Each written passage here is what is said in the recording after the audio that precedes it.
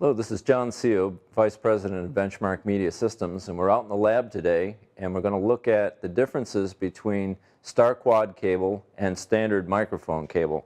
I have two pieces of cable here. The red one is Canary star quad cable. It's the same cable that we use in our Benchmark studio and stage microphone cables. The second piece of cable is a standard twisted pair microphone cable with a braided shield. Both cables have a braided shield. The difference is that the red cable has a 4-wire star quad configuration. And what that does is that gives you magnetic immunity.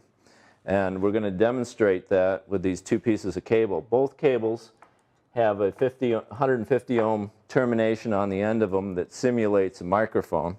Obviously, we don't want to pick up any noise from the room when we're doing this test, so we just have the resistor terminators on the end. We're going into a microphone preamplifier, a Benchmark Pre-420 microphone preamplifier, and we're going from there to our Audio Precision System 2722 test station.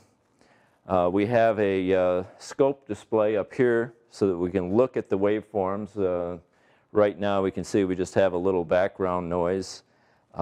I can switch between the star quad cable and the standard cable, and we're looking at the standard cable, we're looking at the star quad cable. You can see that both of them are very similar. Up here we have a spectrum analysis, so we can run a spectrum analysis of the output noise, and I'm going to run that in a minute just to give us a baseline so that we can see that with no interference right now, both channels are relatively quiet. And in all cases, the first scan is going to be the star quad cable, and the second scan is going to be the standard cable. Right now we can see that they're both virtually identical. All right, first thing we're going to do here is I've got several devices that might be found typically in a studio or any live sound application. There's always a proliferation of tablets, phones, computers. I've got two computers. I've got a charger for a computer. I've got a couple pieces of audio gear here. I've got a DAC1 D to A converter and a DAC2 D to A converter. And we're going to look at how those devices interfere with the cables. So the first thing we're going to take a look at is this tablet. I'm going to switch to the to the standard cable.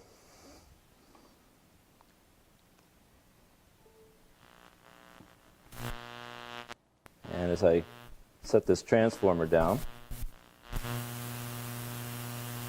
we have interference, and we can see it on the scope display.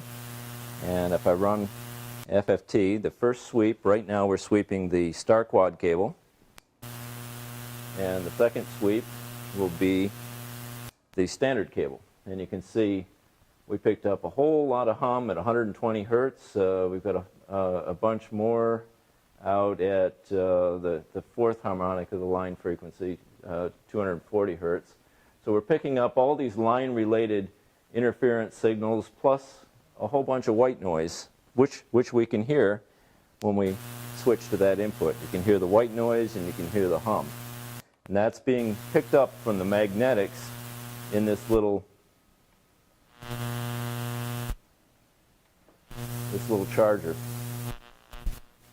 And I can move it around and things get worse, but right now we're listening to the standard cable.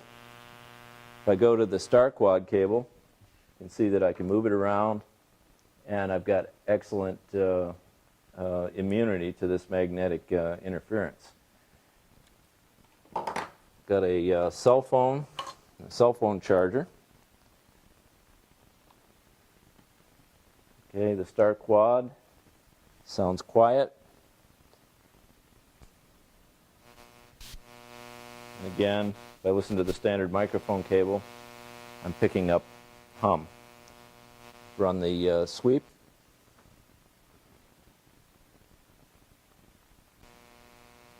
standard cable, and here's the star quad cable. I mean, it's the other way around. First sweep was the the star quad cable.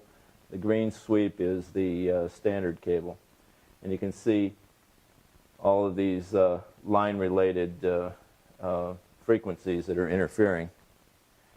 And I should point out that there's, in all of these tests, we're seeing 20 to 50 dB difference between the standard cable and the star quad cable.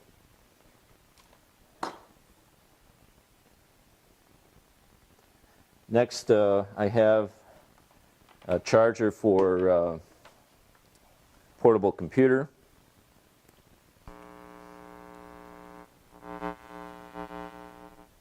As I move it around, you can see I can get different amounts of interference on the standard cable. If I switch to the star quad, you can see that we have excellent immunity. And if we compare the two on our sweep, that first sweep was the star quad cable, and this is the standard cable.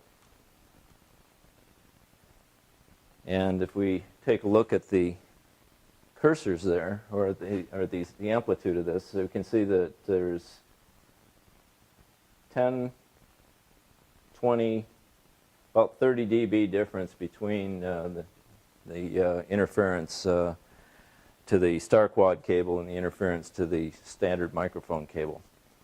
So these are various consumer devices that might be interfering with microphone cables. Let's look at a couple of professional products.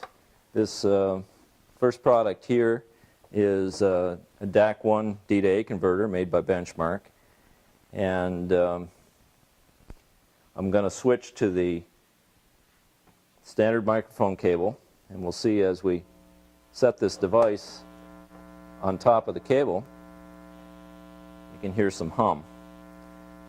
Go to the star quad, it's quiet. Again, we'll run our two sweeps.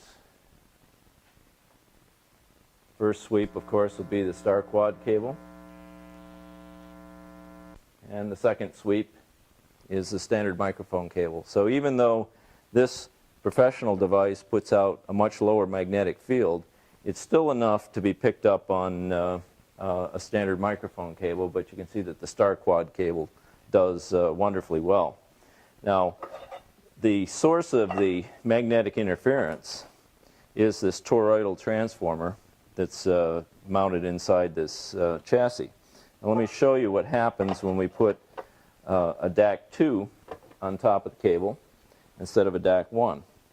Very similar product. They have the same function, but the DAC2 has a switching power supply in it, and the DAC1 has a linear power supply. So many people think that switching power supplies are always noisier and cause more interference than linear power supplies, but you're going to see that that's not the case.